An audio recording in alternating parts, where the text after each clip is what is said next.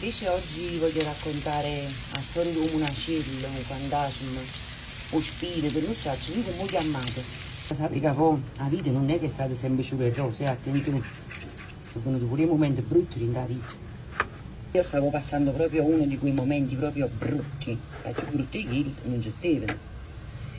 Tenevo un portagioie fatto a forma di comò, con le porticine che si aprivano e un cariglione. Stavo da sola in casa, all'improvviso ho sentito suonare questo cariglione.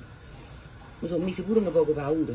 Vado vicino al cariglione, apro i cassettini, poi ti trovo 50.000 lire a Indo. 50.000 lire, mamma mia. Per me erano un miliardo di lire. Poi allo stesso tempo mi mettete un poco pure paura. Però io ne avevo bisogno. Mi piace 50.000 lire, ma mettete in la sacca. Così, la storia è girata per parecchi tempi. Io si metteva e io pigliavo, un macello metteva e io pigliavo. Ora non mi nascondete in armadio.